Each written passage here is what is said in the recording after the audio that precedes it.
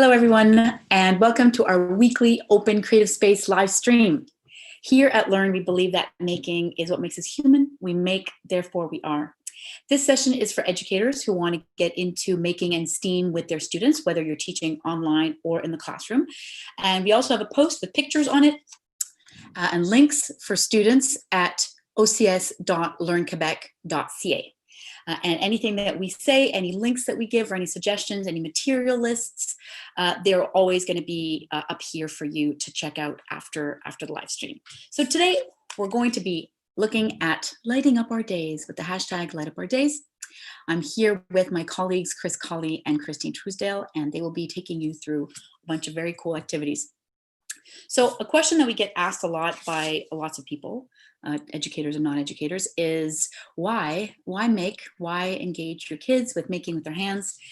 Well, making is playful and inventive for learners of all ages. So we've done this with elementary kids, we've done this with high school kids.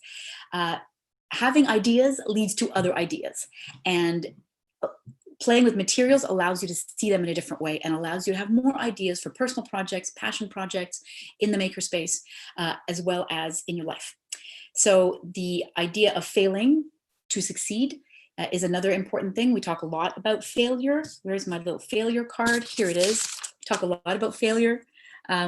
Making allows us to fail without experiencing a lot of negative side effects. It normalizes failure and makes us realize that it's part of life. So this week, we're going to be looking at light and shadow and how we can use these concepts to make things and to tell stories. So let's, and in terms of the curriculum, we have a lot of curriculum connections today. Science and tech, of course, as usual. We also have visual arts, drama, as well as the languages, Français langue seconde and ELA. So let's go to Chris, and he will be looking at materials and telling us more about what kind of materials we could be using. Over to you, Chris. Alrighty, so welcome guys. So we're looking at Light Up Our Day. You can see I've set a little demo out here for you. Sylvia had alluded to that we're going to definitely make some curriculum connections here, as we always do. So keep in mind as we're going through this, the technical design process. Again, this is in your science and tech course program. And specifically, we're going to look at a couple of different things. We're going to look at transparency and manufacturing in particular. These, again, are two competencies that are necessary or understanding. So transparency, again, playing with light and objects, and then manufacturing is actually building artifacts or structures that are going to help us play with the light a little bit. And then we're also going to look at light, shadow, and properties of light. So keep that in mind as we're going through, and Sylvia, at the end, we're just going to ask you a couple of salient questions. So let's look at some materials. The first thing that we need when we are playing with light is light. Now, this can come in the form of a flashlight. This could come in the form of your phone, an iPad, right? You can use the light from the iPad to help light up, and we'll show you an example of that in a minute. So light's really key. You can see I have right now, I've set up right over on this side, if you can see my hand here, I have my iPhone set up with the light, my flashlight on. So you can already see that I'm starting to play with a little bit of light already. Now, Christine's going to show you kind of an interesting setup. But this is a setup for elementary. I think elementary school kids could do this at home easily, maybe a little help from their parents. And again, it's just building a stage. So what I've done is I've taken two dowels. First of all, it's just a piece of paper I took off the printer, and I put a couple of squares and I glued the dowels to the piece of paper to give it some structure. The last thing I'm going to do, again, triangles are very structural. So I'm going to just kind of get my old glue gun out here and just quickly put a little bit of glue so that I can create my little stand. All right, so very simple materials that you have at home. And now this is going to allow me to kind of stand up my stage. You can see now. So what I'm going to do is from the top, you can kind of see. So the light would be behind here. All right, so I put my light right here. So let me get my flashlight going. So I could put my flashlight right here. You can kind of see. And then I could put objects in front of it. And that's going to create shadow on the other side. So this is a very basic kind of, I know the light is a bit overwhelming, guys, but you can kind of get the idea that I have my stage. I have, here's a little character I made for shadow. And then I have my light. All right. So that's the structure of, that's the sequence of light, objects, screen. And then whoever's on the other side of this screen, just push this stuff up a bit. Whoever's on the other side of this screen gets to see all the shadows take place on it. All right, so there's the little technique for elementary school. Now, another thing that you can use as light, I just turned my flashlight up. So again, I'm just having it stand up, is you can get your iPad involved with the light as well. So here's an idea for you. In my photos, I had my daughter make a couple of backgrounds in some kind of drawing app. It was a free drawing app. So she made a couple of backgrounds for me. This one you can see is just pink and she airbrushed it, right? So what I would do is with this, I need to turn up the brightness to the max for the iPad. And then I can just simply put it behind my screen. And then again, I can put my objects in between. All right, and I'm going to create some shadow with it. So again, very simple for elementary school to build, and they can use a little bit of the technology as well if they wanted to. Now, so there's your ideas for light and also your scene. Now, what could we do? What are some of the objects we can do? So some of the things that I'm going to play around with you just a little bit here is just with some materials, and let's see what happens when we're playing around with them. So this kind of inspired me. I was looking at skyscrapers the other day. You know how they used to make in New York City, you see all those great pictures of these men on these huge scaffolds all over the buildings that they were making. So I kind of had this idea that I would take some of these structures and just kind of put them together. And then look, as I move my light, I can start to create these really cool shadows. And this could actually be a story. You know, it kind of starts looking like scaffolding or something like that. And then I can have some characters come into play. Right, here's another character I could bring into play. I'll put Spider-Man over here, kind of in front of. And then again, look at the shadows I can start to create with them. So there's angles that I'm going to be looking at, similar to the sun, right? When the sun comes up, it casts shadows around. So these are just some easy little materials, again, and I can use some of these characters that I have to create shadows with them so that they kind of become, you know, different, right? So there's some of that. Another cool thing is cutouts, paper cutouts. So what I made is, this is called a paper lantern. Basically, you fold a piece of paper in half, and then you just cut notches in it. Right, just straight notches, and then you can just push it down, right? It creates this kind of cool round thing. So what I did is I just put it on a little pull motor that turns. So check out when I get my shadow going on this. Ooh. Now remember, we're in the daytime here, so at night this would be much cooler. But you can kind of get some cool light play going just with some rotation and some of these simple paper materials. Another cool one that I have, and I have these kind of, your kids might have some of these too, are these kind of magnetic. And you can see that the light will go through these, right? Because they're transparent. So I could use these, put it really close to my light, or I can kind of set up some kind of structure here really quickly. I'm all hands today, and I know I'm going quickly, but I could set up some kind of structure like that, and then bring my light down a bit low and start playing around again with the shadows. I could rotate it around. Right? So some of the things too that I could do is, once I have the shadow, is I can get a pencil or a marker, and I could actually start tracing out the shadow itself to make some kind of shape that I could then tell a story about. This is a kind of interesting idea where I can make kind of a timeline story out of shadows based on the materials.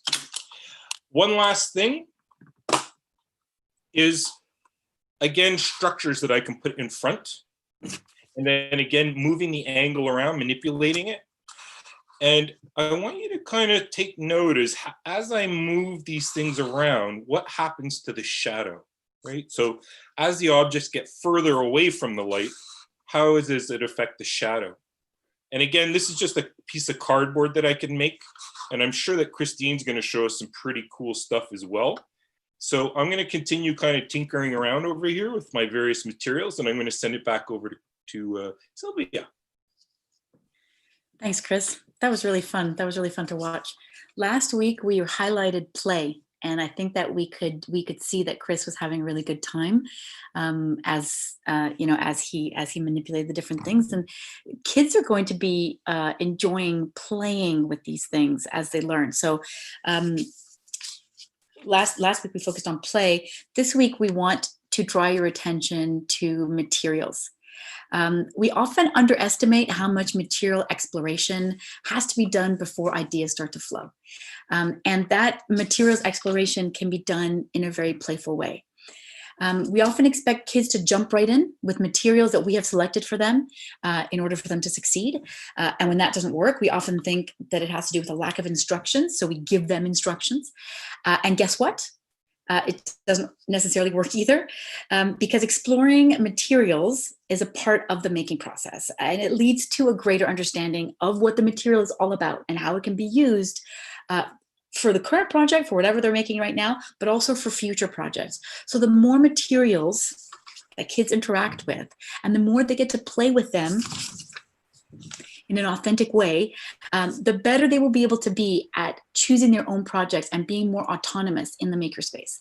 And that's a really key. That's a really key thing. Now, of course, there's all kinds of content and process from the curriculum going on here, right? We had all kinds of curriculum connections that were being made when Chris was talking. First of all, the technological design process. As soon as you're figuring out to make something and then making it, that's part of the technological design process. But also specifically in terms of the curriculum, we have the material world. Chris was using common household products, also working with transparency and manufacturing. Those are all things in the QEP. Earth and space, light and shadow, explaining the different phenomena using the properties of light, where the light source is and how the shadow moves. All that stuff is about earth and space. So those are the curriculum connections, if you're interested. We're going to go to Christine now, and she's going to set up a light and shadow vignette for us and show us how you might do that. So I'm going to show you two parts today. The first part is setting the stage for your light and shadow vignette. And like Chris said, it's a little bit more elaborate. So what we're going to do is you're going to find a box around the house and cut out one side of the box so that you still have a bit of a frame, and you can use regular parchment paper if you have it at home to create your screen, or some kind of press and seal that's not completely transparent. You're going to need a little bit of tape and some scissors. And this part you can cut with scissors for your box, and that's going to be the stage. So as you can see on the back of it, you've got quite a bit of depth, and that's where you're going to be doing your different manipulation with objects. The next part you need to do a light and shadow vignette is a light source. So one of the things you can use is a snake light, a little LED light if you have one, or this other type of light like this one. And if you don't have one of these, you can use a regular flashlight or even the flash from your cell phone. So the third part that you need is objects to use as reflective objects for your light, to create shadows on your picture plane that's your screen at the front. So you can have different kinds of shapes, different little creatures. If you have two-dimensional pieces that are cut out of paper, that's great too. Something else you might want to try are materials that are transparent or translucent, and see what's going to happen with the light when it's reflected through them. Types of gels like this. Different textures, netting that's got holes, and glass that has some pattern on it or etching to see what's going to happen with the light. And here I have some tubes that have some colored oil in them, and we'll see what happens with the light. And finally, we have some reflective materials. So tin foil, pie plates, these kinds of materials can be used to do a materials exploration. So like Sylvia said, we're basically playing with light and playing with shadows to see what's going to be reflected to either create an abstract story, an abstract design with shapes, or it can be a narrative, it can tell a story. So I'll send it back to Sylvia, and we'll come back and see me later. Thanks, Christine. That was great. That was a really great example of the kinds of materials that we can explore. So once you've built the thing, in this case, Christine made like a shadow box. Once you've built it, there's lots of materials that kids can explore to see what happens when those materials get put in the shadow box, but when they come close or go far. And Christine's going to set up the shadow box for us, and she's going to walk us through some of those things. But this is also a really good opportunity to give students agency and to allow them to choose. So agency means choice, means the ability to act in a given situation. And in this case, we want students to make choices. And one of the things they can make choices about is what to explore with. Like, do they have a water bottle that might, have cool reflections? And do they have tinfoil that they want to explore? So you can sometimes give them a list of things that you want them to experiment with, but you can also leave it up to them. And maybe some of the things that they will choose, in your head are not going to work or not going to be very good, but it doesn't matter, because the agency is part of the important thing here is, are they making choices? Because those choices lead to something that is fixed in their memory for much longer when it's there, when these are things that they're their own choices.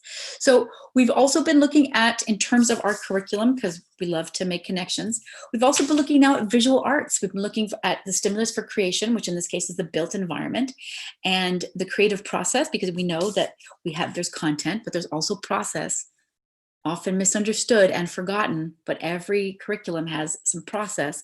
In this case, a creative process, taking inventory of what is available, making choices, experimenting. These are all part of the creative process, and I bet you didn't know that. Maybe you did. But also adaptation, combination, putting things together, adjusting things, developing the development of elements. So we've been looking at materials, we've been looking at curriculum. Now let's go to Chris to see some digital tools in action. Let's see if Chris is there. There he is. Yes. Okay, so hey guys, welcome on the Rebound here. So I'm going to I looked at materials, Christine looked at materials, we gave you some ideas from, grade 1 all the way up to 100 years old if you want. But we always want to try to give you enough so that it just kind of gets you going. Again, take the materials that you want, manipulate them how you want to. And we're just kind of like farmers here, throwing seeds out. Hopefully some will sprout. So I'm going to flip over to my shared screen for a minute because I want to show you a couple of things. So Sylvia was saying that we were looking at materials first, but I also want to look at some digital stuff a little bit because this is really cool. So again, I went around with my camera and my flashlight and I took some pictures of stuff. I mean, if you can't guess what this is, I'm going to tell you. It is the bottom of a plastic bottle, like a pop bottle. So this picture, what I did is we could actually take it and draw on it. And I could turn it into a little kitty if I wanted to. I could turn it into a mountain range if I wanted to. So again, the shadow of an object is inspiring me to recreate what I see, redesign what I see. That's a cool example. I'm going to show you this one too. This one's kind of scary. This was a picture of my shadow here on the right side. And my hair was a mess that day. So I had this idea, oh, that looks like a horn. So it was kind of inspired me to kind of turn me into a devil. So again, I had a shadow and I went in and I manipulated it. Now I'm going to show you how to do that in Scratch. my youngest son, Liam, has been working on Scratch quite a bit, and he's done a couple of really cool projects. So today, I sent him out because I wanted him to kind of show you guys what he was doing. So this is just a picture, but he played around with it in Scratch. You can see nothing happens, but he had this nice picture of a tree, and then he was there. This is his shadow, and so he turned it into Medusa. He said the tree became Medusa, and he was scared.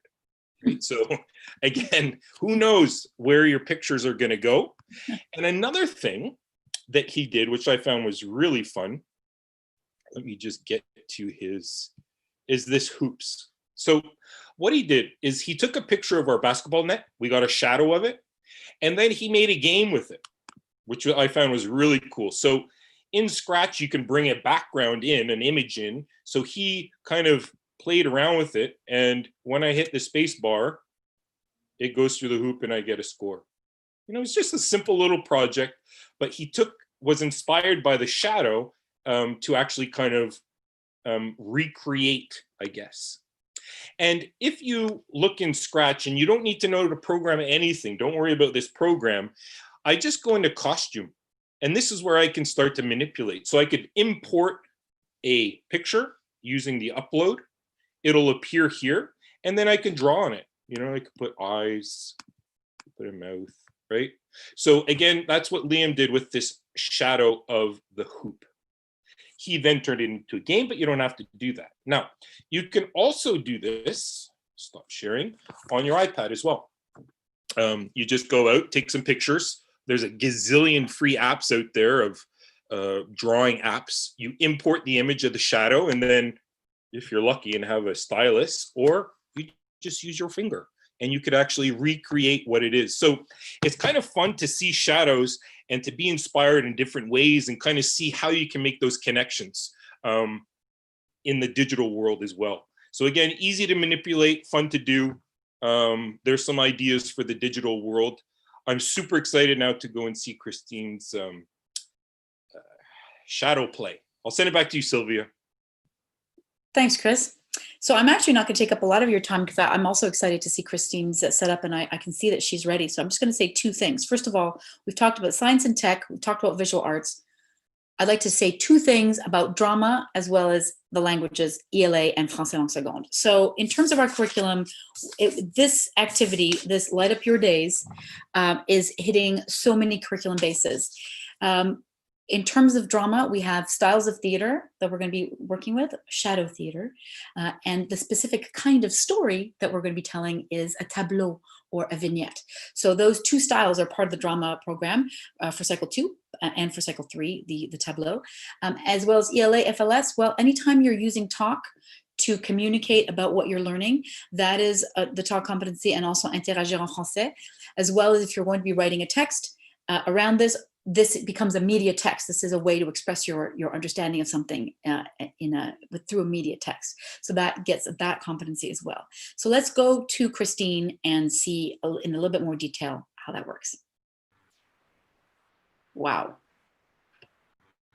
Okay, so as you can see, now I've set up my box in front of the camera, and I've set things up so I can manipulate my objects a little bit. So I'm using some cookie cutters here, and I've got this dog, wolf guy, on a string,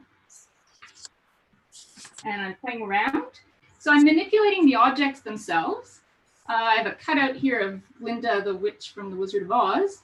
And as you see, depending on how I move her away from the light source and closer to my screen, the size changes, and I can also manipulate this glass that has some patterns on it, and it's giving me a different scene. I also have this, like I showed you before, this tube that has some oil in it. So I want to see how the light plays with that. It's giving me something kinetic too. And if I don't like this dog, well, I'm just going to take him away. And the cookie cutter. And there goes Glinda. I'm going to try something else. Here I have a paper snowflake. So I get to play around and manipulate depending on where my light source is placed and where I put the images. I'm playing with the depth and the reflections. So, I mean, you can go on forever with this. You can try with different objects, see how they reflect the light. And once you're happy with it, and this would take a little bit more tinkering for me to be happy with my image. The other thing that's interfering a little bit is my document camera, which tries to focus on my images and gives me a little bit of a different type of reflection than I'm seeing. But as you can see, it's basically a matter of playing with the light source and the objects that you're putting in front of them and the placement. And one of the things you can do once you're happy with the image that you have is to use a digital camera, either to take a still photo so that you have a picture plane, you have a flat image, or you could also use video, so you can make a clip of some type of kinetic montage. So that's my little mini exploration with a bunch of different materials. As you can see, again, the reflection, transparency, translucence, gives you all kinds of different effects. And I'll go back to Sylvia. Very cool. Thank you so much. That was really, really fun to watch, and another really great example of how we use materials and how exciting it could be. Like when that snowflake was going in and out and the texture in the background, it made me want to make one myself right away. And I probably will right after we're done here today. So today we focused a lot on materials and materials exploration, but it was always in a spirit of play, a spirit of playfulness. And we often finish up when we are in your classrooms working with your kids. You might remember that we often finish up with asking kids questions that solidifies the curriculum ties. So we connect the curriculum to what the students are doing, and we do it through reflective discussion and asking them questions. So here today, we might be asking kids questions like, what did you learn about manipulating light? How does light influence shadow? How do you get your materials to show up through the screen? What do you have to do to make them sharper or bigger or smaller, or insert word? What happens as things get bigger? Because often as things get bigger, they get more diffused. What happens when they get smaller? That's when they get, sharper and crisper. And students will be able to tell us all these things after they've experimented, right, with the materials. And then we can ask them other questions about how it feels. How does it feel when things are big or small? Chris had this one thing where he had the light source was here and the shadow was being cast, and it was very dramatic. So there's lots of things that make us feel certain ways. Christine alluded to narratives, and we talk a lot about story here in the Makerspace, but they're also, for the kids who are not naturally narrative, they're also doing a lot of explaining. And those texts can also be either written down or sent to you orally. So that's another way that kids can communicate and show you their ability with language. So we focus a lot on materials. We don't forget our other important things, such as failure and agency, and of course, our favorite, play. These are all very important. We focus on materials. We wanted to show you how exploring various materials can lead to ideas for specific projects or spark an interest in a particular direction in students. Next week, we're going to pursue that train of thought with cardboard construction. So that's it for us today. Thank you so much. Thank you to Chris and Christine, and we will see you next week.